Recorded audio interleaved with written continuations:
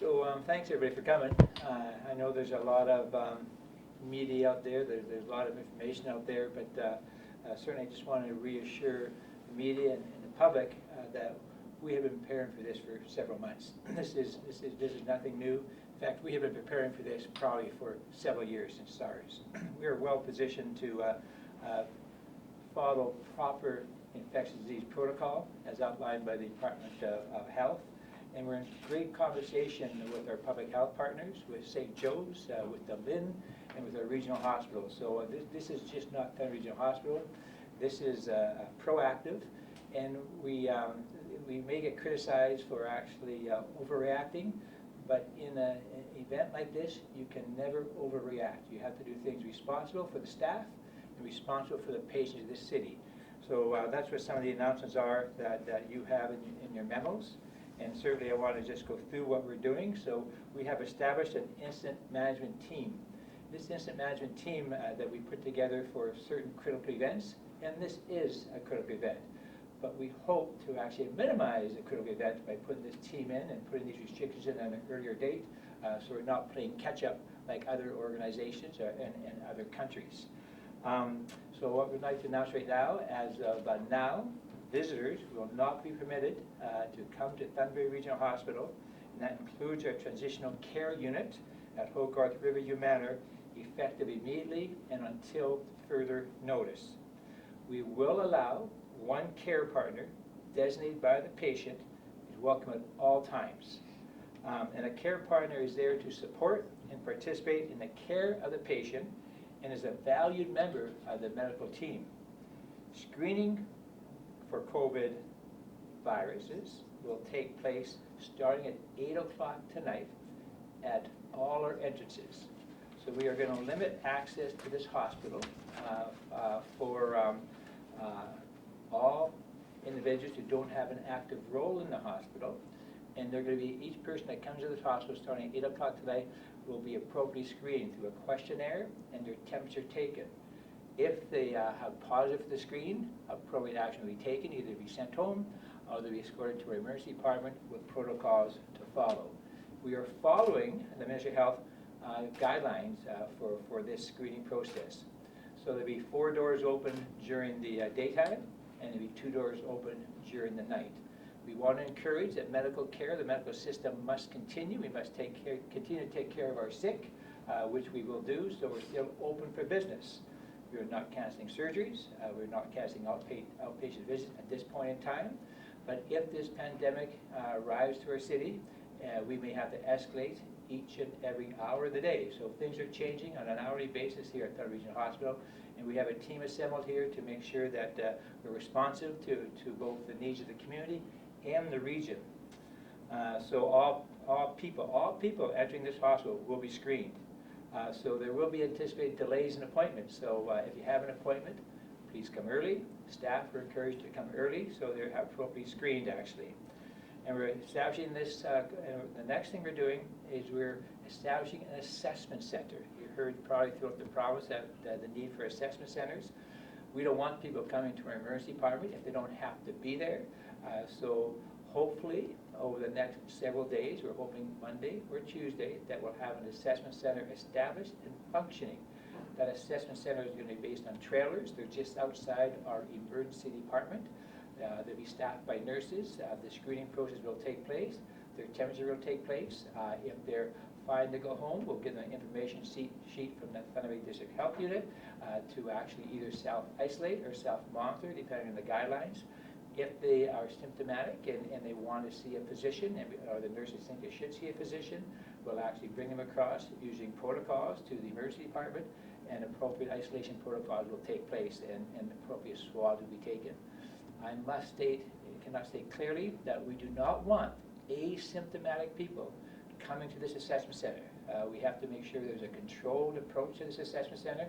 We don't want 400 or 500 people who are a bit frightened what they have to come to the assessment center. We just want symptomatic people to come to the assessment center for appropriate screening and assessment.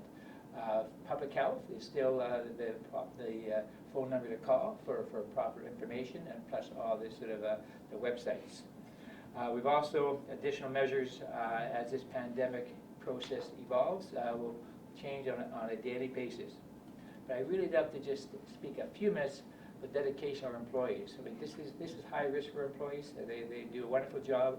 They've all come to me, and they've come to Dr. Med, they've come to Dr. Boros, and they really want to see what can we do to help. So we have remarkable staff here that are putting themselves at risk, and we have no one at this point in time wanting to turn away patients and not show up for their shifts. So I'm very proud of our team and their willingness to go above and beyond their duties. And as we move forward, I think we need to keep on properly informing the public that we are prepared. And I must say, the team we have assembled here, we are very prepared for as well as we can be, you know, as far as, because there's a lot of unexpected right now. Also, we've had no positive cases here in Thunder Bay or northwestern Ontario. We've actually had about 12 presumptive cases, 11 have come back negative. We're still waiting for one more result. So as far as that's concerned, we're on top of things. And as you hear from all the media, other media outlets, and our district, our provincial medical officer, social isolation is very important. And so that's the main thing we want to promote, is social isolation. And that's where we're taking these aggressive measures for visitors, which we don't take without any type of well-informed caution. But it's going to have an impact on medical care. It's going to have an impact on patients and family. But this is the right thing to do. Just one more thing I'd like to say: if you believe you come in contact or have symptoms of COVID-19, call telehealth or call your Thunder Bay District Health Unit. But Thunder Bay Regional Hospital is open for business to take care of the sick that have to be cared for. So from my perspective, I think that's all I have to say, but we'll certainly take questions. Okay, thank you. So we'll just give everyone a moment to assemble. Dr. Kennedy, probably best that you stay here, and we'll get members of the incident management team just sort of standing with Stu, ready to respond if need be. Peter, Henry, John, get them to hide behind there.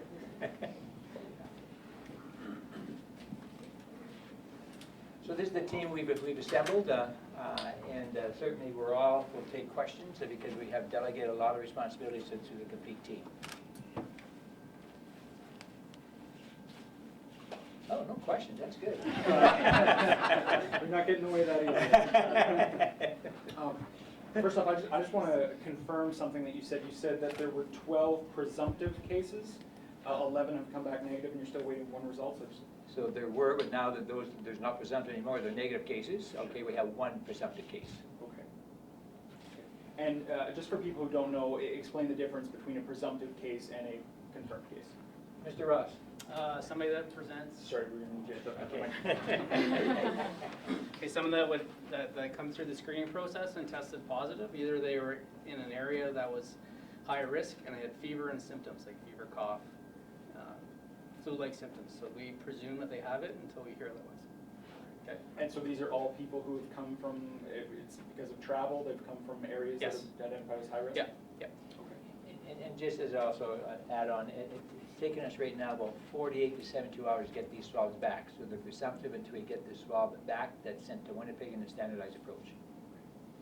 Did these cases, have they come in kind of all at one time, or have they been staggered throughout the past few days? They've been staggered over the past week. Okay.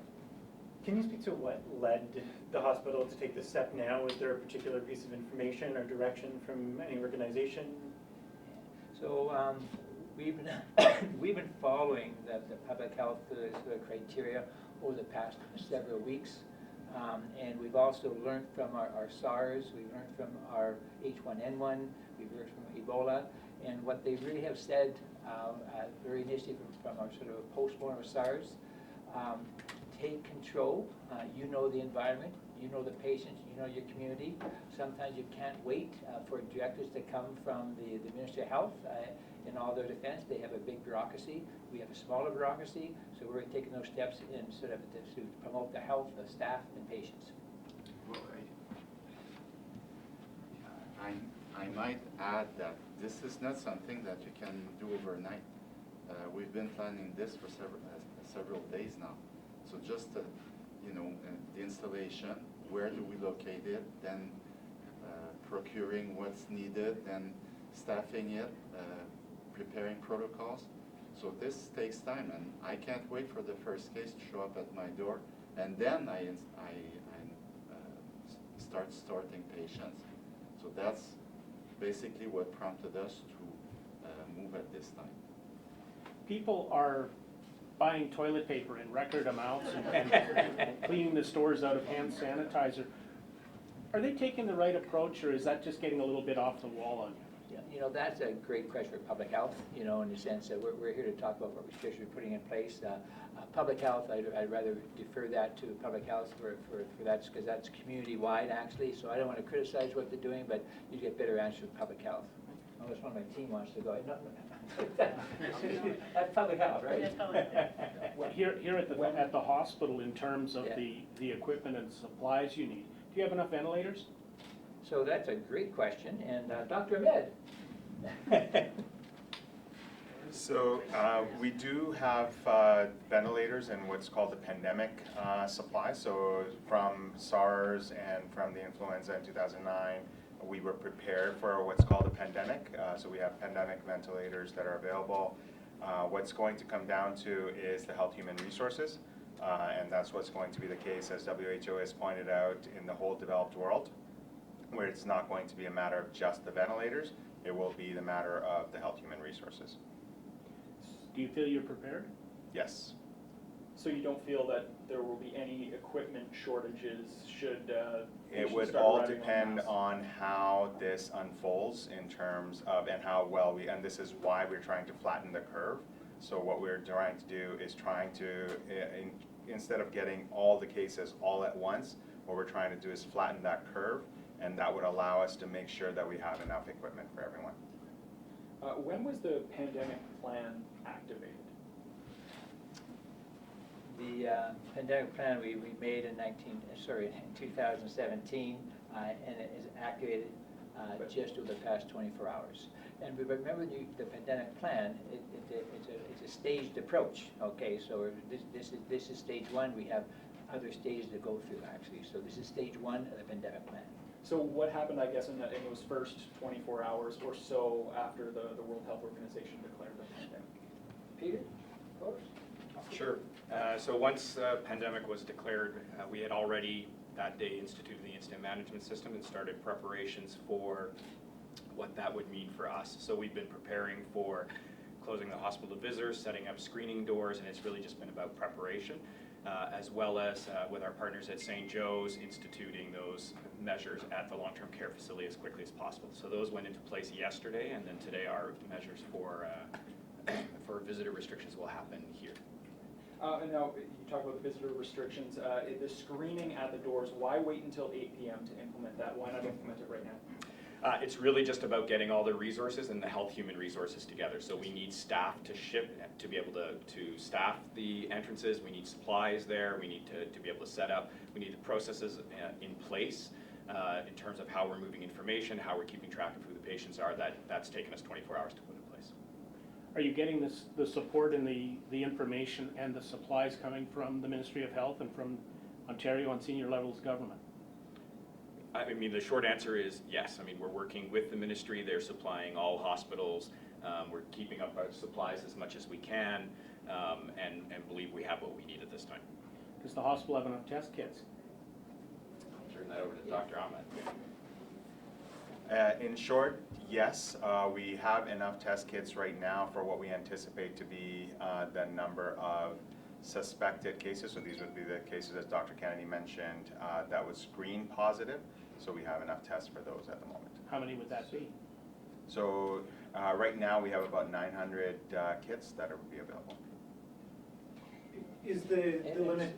Sorry, in the 90 kits, we also have assurance from public health that we get more kits as required, actually. But that's why we're not screening asymptomatic patients. I can't actually make that enough. For people who've been in contact with the mining convention, we're not screening asymptomatic people. That we have to preserve both our sort of equipment as well as our swabs. So just to clarify, I mean, it sounds like the decision of who to test is being partly driven by a limited supply of tests. Is that fair to say, or No. This is being by medical evidence, medical guidelines. Fever, cough. That's the main thing that we have, and travel history. But travel history has been changing every minute. So right now, and anywhere travel outside of Canada is sort of a travel one we have to be considered, but it's fever and cough, okay? And then it's the clinical sort of assessment by the nurses, okay? And also the clinical assessment by the physicians. So what is the process for people who do start to experience some symptoms? Is it still, don't come to the hospital, call the health unit and you will get direction, or? Yes, so we're in communication with the health unit, and what we want them to do is phone the Thunder Bay Health Unit or telehealth. We're just getting that communication out. Then they will direct you to the appropriate place, either tell you to go ahead and self-monitor at home, or self-isolate at home, or come to the assessment center. And once you're at the assessment center, we'll make the determination you have positive screen to do the swabs, and then the health unit can follow up. But if the patient is deemed to need to see a physician, or if the patient wants to see a physician, then we'll actually go across to the emergency department to see the physician and do medical assessment. And the assessment center is the trailer that's set up outside, trailer or trailers? Yeah, it's trailers, and again, this is interim, okay? We if this here things proceed and escalate, and a good part of the sort of population is going to be infected, we'll have to reconsider and probably expand our assessment centers. What kind of next steps do you anticipate in this plan if we do start seeing more cases, and where are the thresholds that you kind of look at, if you're able to speak to that at this point in terms of implementing those? Pandemic? Sure. Yeah. So probably will stay status quo once we have everything up and running, the screening in the assessment center, unless Thunder Bay gets a positive case. If Thunder Bay gets a positive case, we'll move forward in the pandemic, which really restricts the hospital more in terms of contractors, outside agencies coming in, those pieces. So we haven't restricted that yet. That's really the next step in kind of the pandemic plan. For northern communities, First Nations, AZA has shut their band office this week because they had people in contact with someone, they were all in contact with someone who'd been at the PDAC convention. Sudbury is saying that person was not contagious at that point. What resources would be available for Northern First Nations if something happens in one of their communities? Do you know the answer? Yeah. You do. Again, the message is still the same. Contact Thunder Bay or their district health unit that access the professional staff that will give you the direction that's required, because they know what's happening. It'll be either self-monitoring, self-isolation, depending on how close their contact was, if they don't know. Also depending on the fever and cough and their symptoms actually. So, and there's information out there on the websites, but I know a lot of First Nations don't have those websites. But it's contact the health unit. That's still either the one in Kenora or the one here in Thunder Bay. So when you say that there are the resources and the testing kits and that there is enough to meet the demand, I'm assuming, I'm hoping that that takes into account those who may have to come in from Northern Reserves? Absolutely. We will not be short of test kits if we use them appropriately, and we've got assurances by the Ministry of Health that if we need more, and from the Bay Health Unit, that we'll have access to test kits. Can you define appropriately? Oh, so again, the screening, so they meet the screen, if they come in and they're screened with a positive history, fever, cough, travel history outside of Canada. If they're symptomatic, they will be screened. If they're asymptomatic, they were given sort of other information. What if there's fever and cough but no travel history?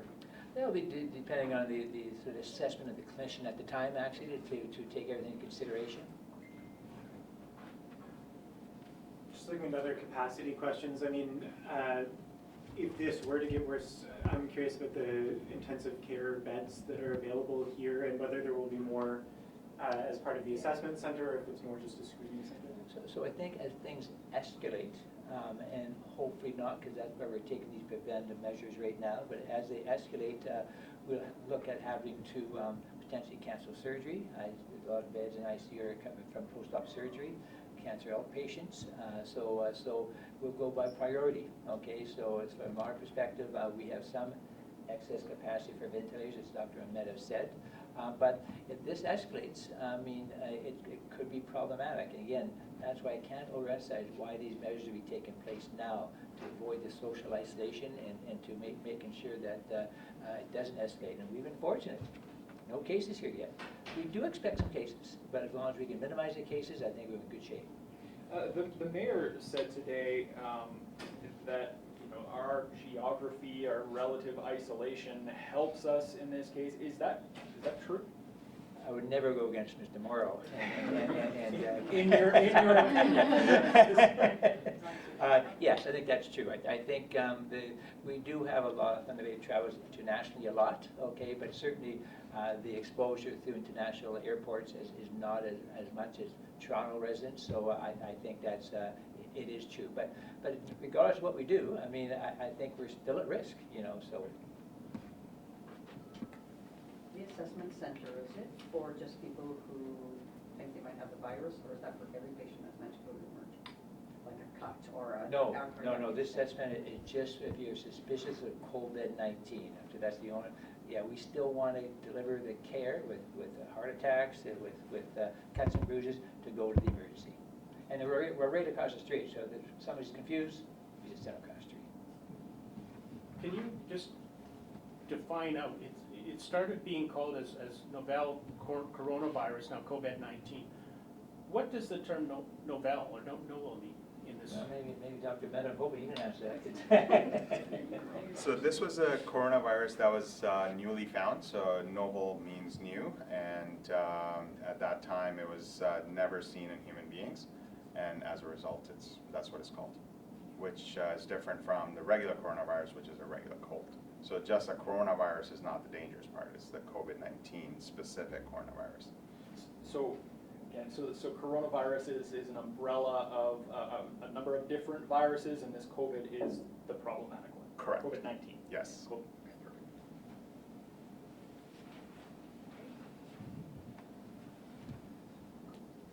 Okay. Well, thank you everyone for attending. Certainly hope you had your questions answered. If there's any follow-up, you can always feel free to contact me. I think key messages coming out of today, we are prepared. We are working with our partners.